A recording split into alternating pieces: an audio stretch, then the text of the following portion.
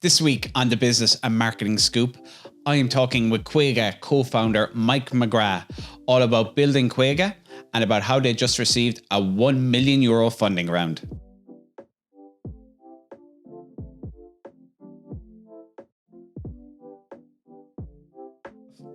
Mike, cheers for joining me today, man.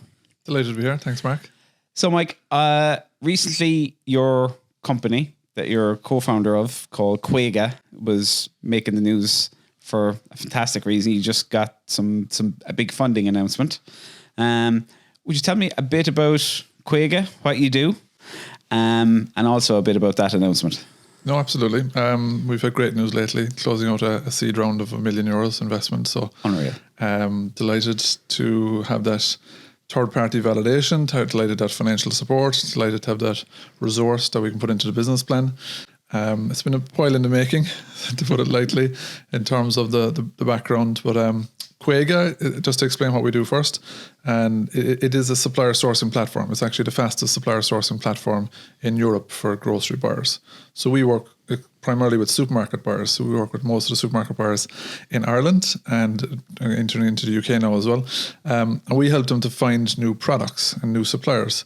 So if they're looking for a new vegan yogurt, or they're looking for a new private label pizza solution, or if they're looking for some new emerging product or trend, they come to us. And we have a huge database, which we've aggregated through a web crawler, and we have a huge database of producers across Europe.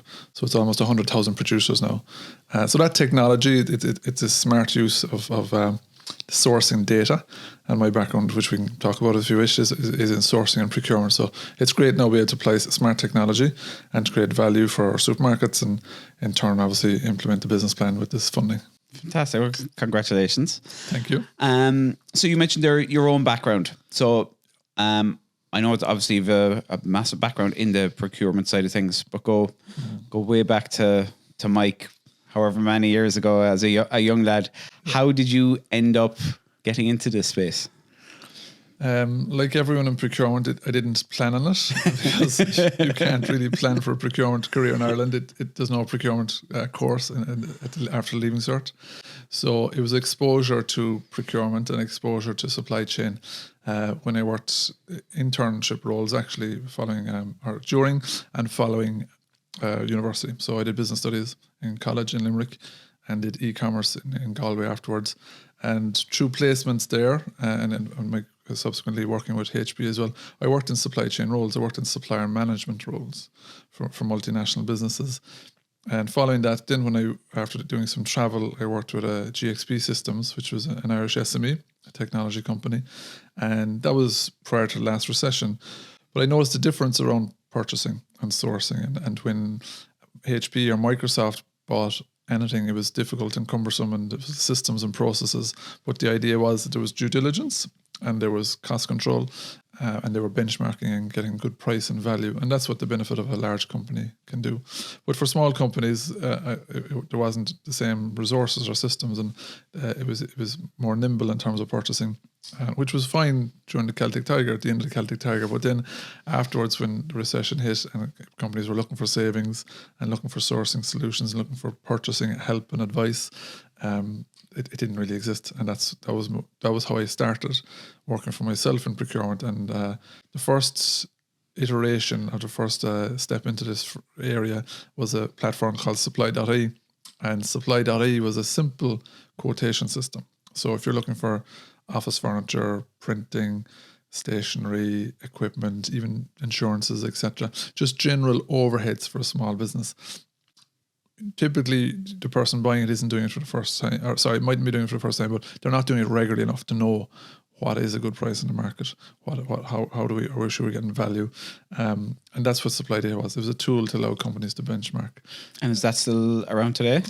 Technology still exists, and the solution still exists. It's been used by a number of multinationals around right. Cork, so GE and Pfizer would still use it, which is great. It's a great domain name as well. Yeah, exactly. It has that benefit too, and we've had some requests and inquiries for it over the years. So supply.ie was the first iteration.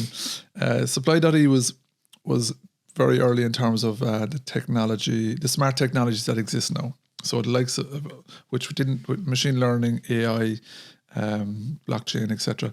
Those technologies weren't on my radar when we developed supply.e over 10 years ago. But we're using them now every day at Kwayga. And the difference in results, the difference in speed, the difference in quality of data is tenfold. You know, I remember with supply.e, it took us about 3 years originally to build up a database of 2,000 suppliers. If I wanted 2,000 suppliers for Kwayga, tomorrow I'd have it by lunchtime.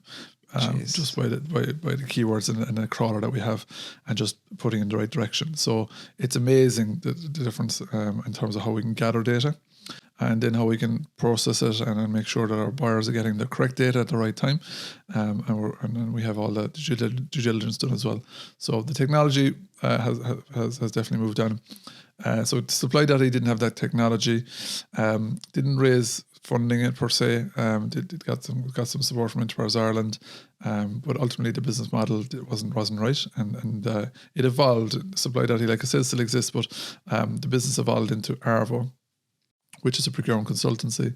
And in regards to procurement, it was interesting that people were willing to pay Arvo a large amount of money, even though they could use supply.e for much less, but people wanted results. Business SMEs wanted results, and business owners and managers and financial controllers who I've been working with for over 10 years just want results around procurement. They just want savings. They just want due diligence done. And they were happy to pay much, much more to get those results as opposed to doing it themselves on supply.e. So that was an interesting learning, and there was a learning that came about recently as well with Kwayga, that people are willing to pay more just for the results as opposed to having to do it themselves, and that's useful to remember.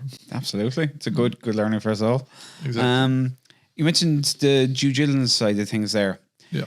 Has machine learning, AI, all that helped with that side of things as well, or is that still quite a manual process?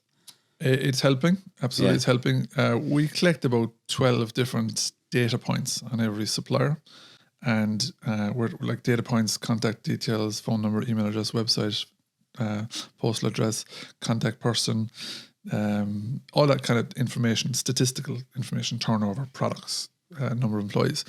And we run that through a tool which we have that verifies most of it. There are some still manual steps which we're further looking to automate as well. And AI allows us to do that, and allows us to verify, yes, this company is who they say they are. That this person works for this company, they don't work for Coca-Cola or anything like that. So that's the challenge online. The trust is a big issue, and there's so much trust barriers in any online business, and particularly an online platform.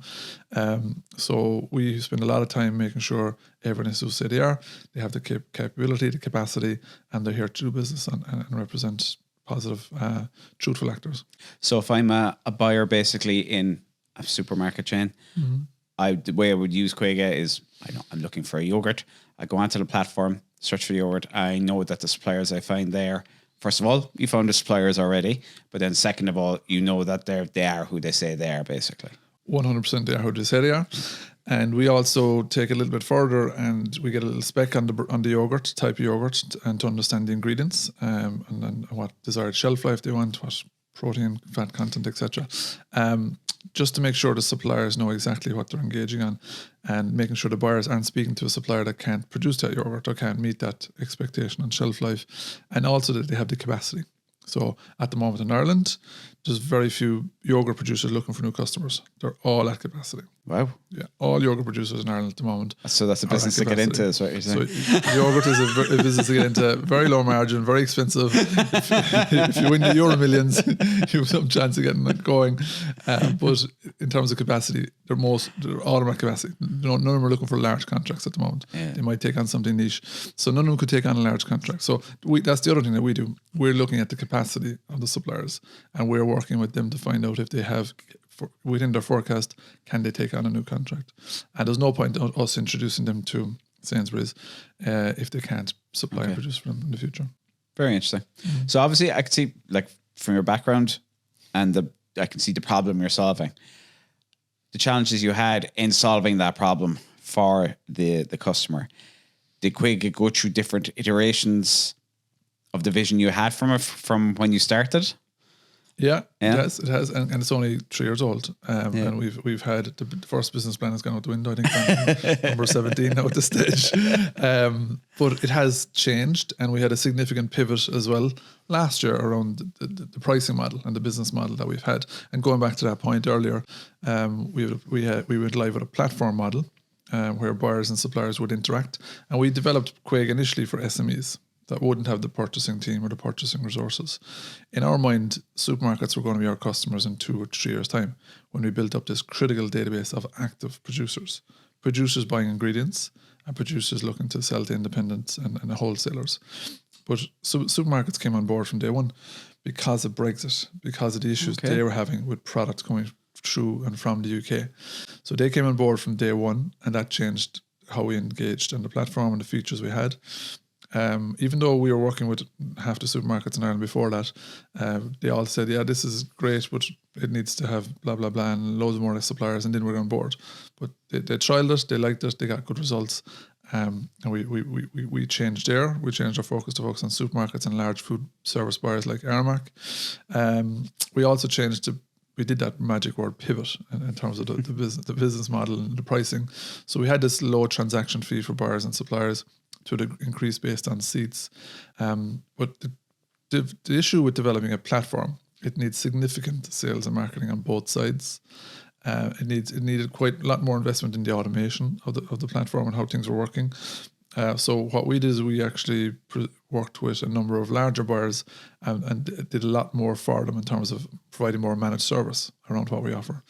And that allowed us to I suppose, provide more value for them to get better results. And go back to that point earlier, they were getting better results. We were doing a lot more of the work.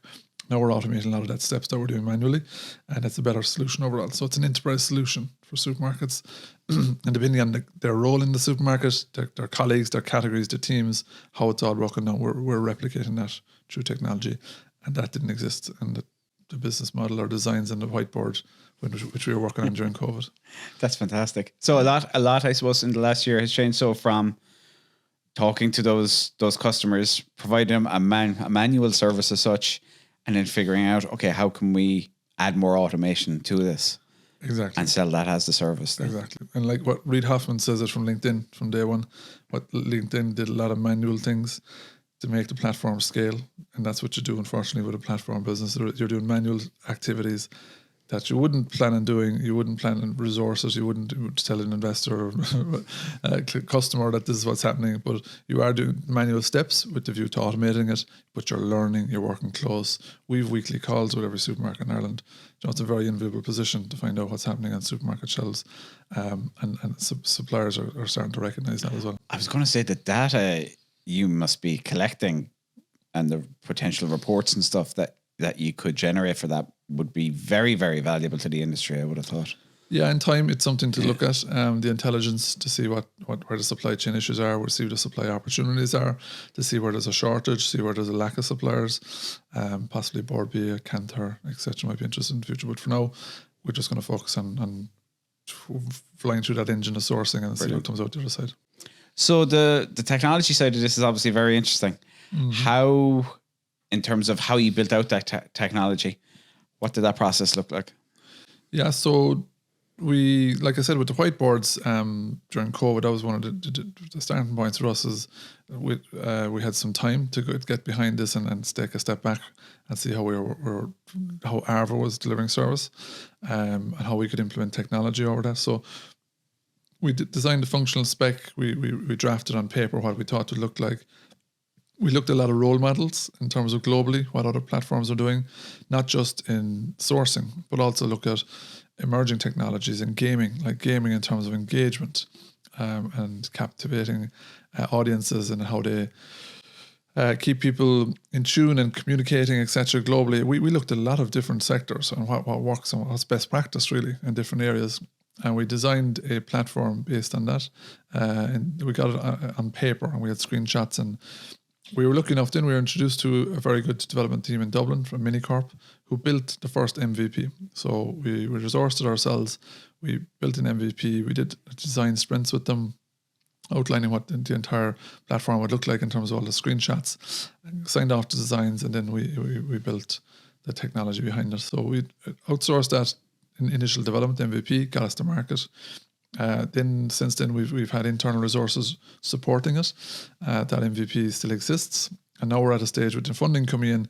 The next stage in our technology roadmap is to, again, take a step back, but see where more automation can be implied. Look, there's more we can do around localization, mobile product. There's more we can do around the automation and due diligence of suppliers. So it's kind of like automation, localization, mobile solution is the next. And we will look at developing that in-house.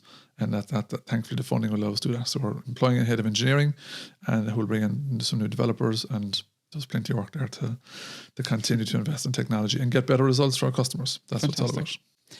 In terms of, I suppose there's a lot of people, we've had people on who were startups before, and they're at that stage where they're not quite at the stage where they're going to be looking for funding. You've gone through that process and you've done it successfully. How did that go for you? Challenging, I'm sure. Challenging, yeah. It's saying that we funded successfully. We got the result at the end, but it took a lot of time and a lot of coffee, a lot of meetings.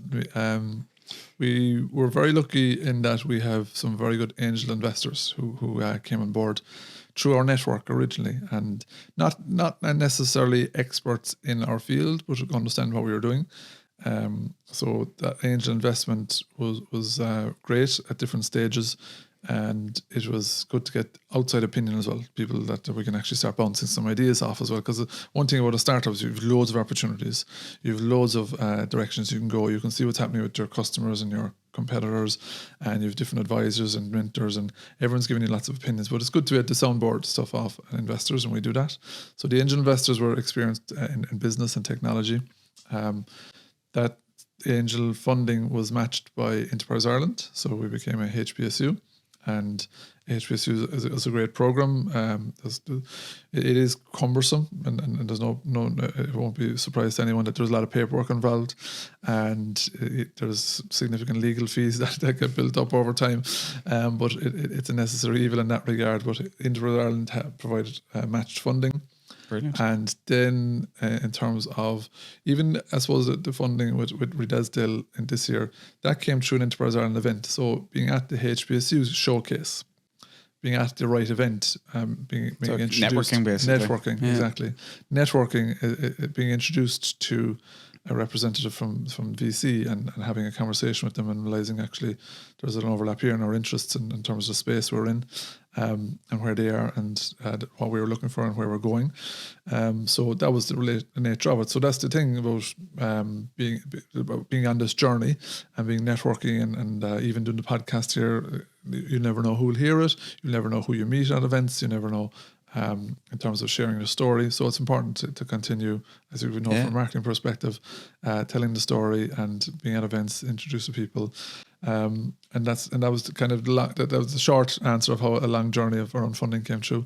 But the practicalities of it, I'm not sure if you use Trello, but we had a Trello board for fundraising, and we had all the different labels of potential investors, shortlist investors, pitched, not interested investors, interested in the future. An investor CRM. It's an investor CRM. It's an investor board, and there's loads of them that are interested in the future. You know what I mean? So come back to us when you do this in turnover, when you do this in customer numbers, when you're going to the States, whatever the case may be.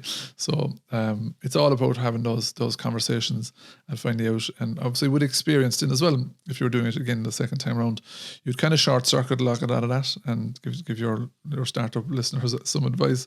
You'd want to be very laser focused on pre-qualifying investors and people to meet, that they are active, that they're in your space, and that they're currently looking for projects. You know what I mean? Because there's a lot of investors out there who haven't invested in years, but they're investing in their talking to every startup out there because they love having coffee and listening to what startups are doing. That's great research, and it passes away today, but they have no interest in writing any check. So you could waste a lot of time. That's actually very good advice. Yeah. I'm sure there's plenty of that around. Too much. So at the moment, the supermarkets that you're working with, are they UK and Ireland only at the moment, or are you looking at going further afield? It's predominantly UK and Ireland, but we have buyers in Scandinavia, in Malta, in Spain. That's again through digital marketing. Promotion there. So we won't be stopping in Ireland and the UK. It's just about spreading the word. Thankfully, I suppose the way supermarkets are kind of set up, some of the supermarkets that we're working in the UK are from instructions from their counterparts in Ireland. Some of the supermarkets that we'll be focusing on in Germany will be from their Irish operations as well. So we'll be pushing through the network, delivering value. It's kind of, I suppose, it's kind of snowball. Once you got one, they help to get another one, and kind of snowball from there. It snowballs from there. And thankfully, it's a competitive sector. Nobody wants to be left behind. So they all want to be on top of what's happening on their shelves. And even though they're not all looking for the same supplier, they're all looking for suppliers to fill particular solutions, and that allows it work. Brilliant. Yeah. Looking, let's say 5 years out, and looking at where Kwayga is now and where you'd like to see yourself in 5 years, where would you hope to be? Well, the focus for us for the next 3 years first is become the de facto sourcing solution for supermarket buyers in Europe. And that's the main European markets, obviously Ireland, UK, for the next 12 to 18 months. But in a 3-year horizon, we're looking at having a European-wide platform that's used. In the 5-year horizon, we're obviously going to be looking beyond Europe then, but we are looking at Middle East and America, particularly buyers there that are interested in European produce. So European wines, cheeses, confectionery, snacks is exported globally. But you have Walmart and you have buyers in the Middle East who are actually looking for suppliers every day. It takes them a while to do due diligence. It takes them a while to come over and do supplier visits, to go out to events, etc. But we have a ready-made solution for that. But it's important for us to continue to build up the database of suppliers.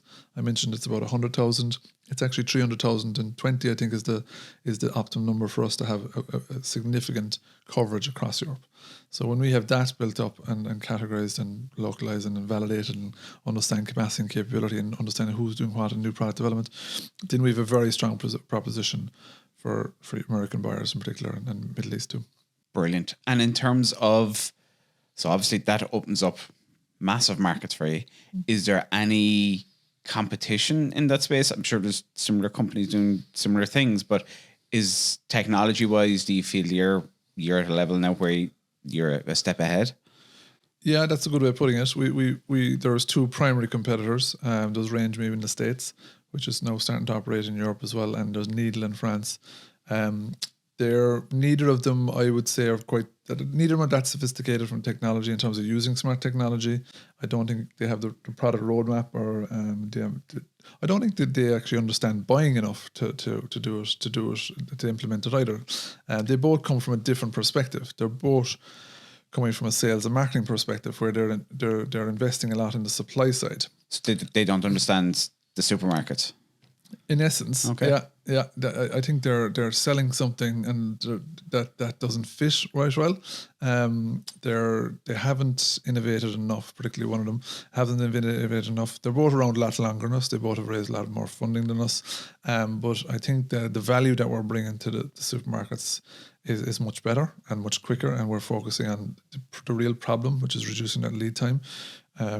Whereas they're looking at it from a supply side. They're charging suppliers, and it's a little bit. It's not transparent really in terms of fees and relationships, and the results that buyers are getting are probably biased by the way they charge. So it's not a great return for a buyer. It's not getting the best results.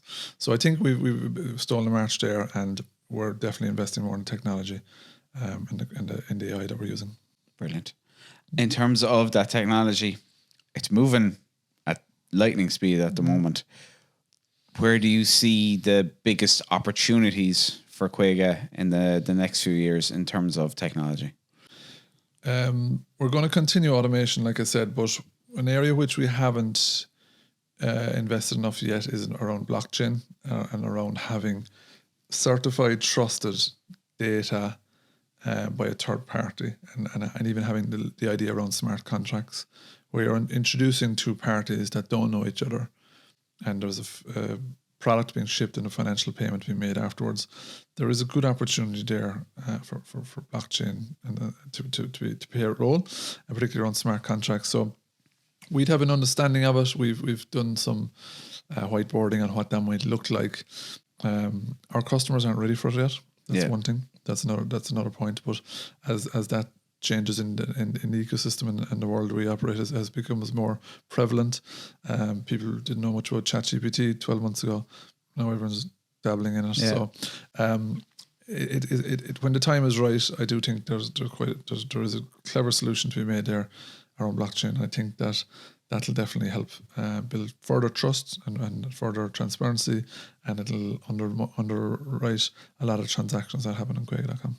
It's interesting that different technologies kind of go in waves. So obviously AI is like at the top of that crest at the moment. You go back 2 years ago, it was probably blockchain was at the top of that kind of wave of I don't know, a big wave of attention basically.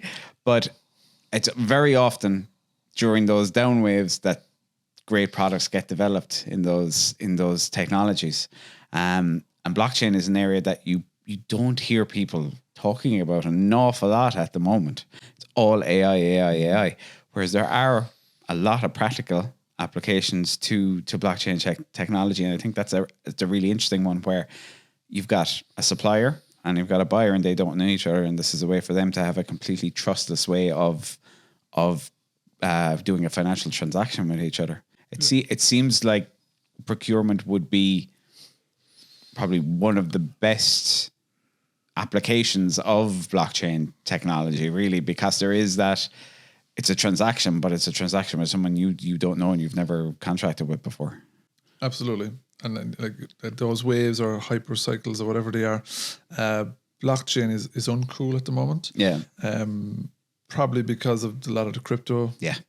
ICO noise and rip-offs that occurred, unfortunately. But the underlying DLT, the underlying distributed ledger technology, is still fascinating. Yeah. It's still powerful. And from an enterprise solution, there's a lot of gold in there in terms of what value you can get, and having an understanding of that. I think it'll come again. I think it probably there was too much hype behind it and too much expectations, and some of the use cases were quite poor. But in terms of coming back to enterprise solutions and core business, I think you're right. Procurement and supply chain are right up there of two areas which there's a massive opportunity to do right and to do good. Brilliant. In terms, I suppose, of where you mentioned the 3-year plan. Does Kwayga have any plans to kind of branch out into any other areas in the procurement side of things, or is it very much just supermarkets and their suppliers at the moment? We're very focused on food and drink. It's still a very complex market. It's a very distributed supply chain. We would have thought originally that Kwayga would operate in other industries, and we probably would have thought by now we would have gone into those, but there's a lot more to be done yet in where we're at. What we probably will be looking at is probably still within food and drink, but going back to supply chain, like back to ingredients, like we mentioned. So food processors and food producers looking what they're buying and the due diligence process that they undertake is one area. Some of the supermarkets are asking us to look at some non-food aspects as well. So within some of the large supermarkets, there's a lot of non-food, beauty care, healthcare, etc. So that's something that we can look at. The same principles apply, the same information points, the same data. Certifications are slightly different, but they exist as well, probably more thoroughly in some of them. So we can absolutely apply our technology to other areas, but it's a case of when the time is right, and we can certainly look at that. Brilliant. In the last 3 years of building Kwayga, what would you say has been your biggest learning from it? The biggest learning, it's a great question because there's a lot of learnings. If we rephrase it a different way, if somebody's listening to this right now and they're building a company, and they're building a business, obviously you've over the last number of years building Kwayga, you're bound to have overcome obstacles, challenges, maybe things you wouldn't have even thought of. What do you think would be the most valuable thing that you could let them know? Yeah, I was thinking about what we discussed earlier around the funding taking some time, around the pivot that we've had. We've had some good learnings, and there's definitely a journey there. But thankfully, I suppose one of the key things for us and it has been the people that we've had. in Kwayga. So myself and Martin and Lara and Javi and Anya and Hassan, and again, it's the people that we've had have been resilient and they've come through a journey with us, which is very important. And we're lucky, and we're looking to develop and build upon that in terms of the culture. If someone else is thinking about starting a business, you really need to think about who is on the bus with you, and then obviously who's in the right seat on the bus, etc. So it's just making sure that you recruit, or you start if you're starting on your own, or you bring in the right people, and that includes advisors as well. So you can waste a lot of time with the wrong people. That's both from internal and externally, like advisors. Whereas if you have the right people that are working with you and bring in new ideas and are upskilling and are on the journey and buy into where you're going in terms of the mission, that's powerful. Because a startup, as you questioned about, it's so fluid and it'll change, and technology might fail, or something else might happen, or we're talking about AI, and blockchain, but next year it could be something completely different. Yeah. And have you got the team and skill set that are still focused and delivering on the mission, the business plan, but also aware of what's happening out there as well. We developed Kwayga originally because of Brexit. We didn't realize, or nobody knew COVID was coming, and nobody knew that there was an invasion in Ukraine, which all those factors have disrupted European supply chains. And there'll be others. Do you know what I mean? No, I've no doubt whatsoever there'll be other changes in future. There'll be possibly some blight or impact on fruit and vegetables, and that'll be a disruption as well. But having the people with you that can adapt, that can do the research, that can put in the long hours when it takes it, and obviously that you're enjoying working with them along the way. That's the key. That's vital. Brilliant. Love it. If people want to find out a bit more about Kwayga, where can they go to? Well, obviously Kwayga.com on the platform itself. I'm on LinkedIn too, which is probably the best way to connect me if anyone wants to. Brilliant altogether. Mike, thanks so much for your time. You're welcome. Thank you very much. Great to be here. Thanks for listening to this week's episode of the Business and Marketing Scoop. I really, really hope you enjoyed it. If you did, please make sure to click that subscribe button in Spotify, in Apple Podcasts, and wherever you listen to your podcasts. Each week, we have great people on talking about business, talking about marketing, giving amazing value and amazing insights. So please make sure you are subscribed.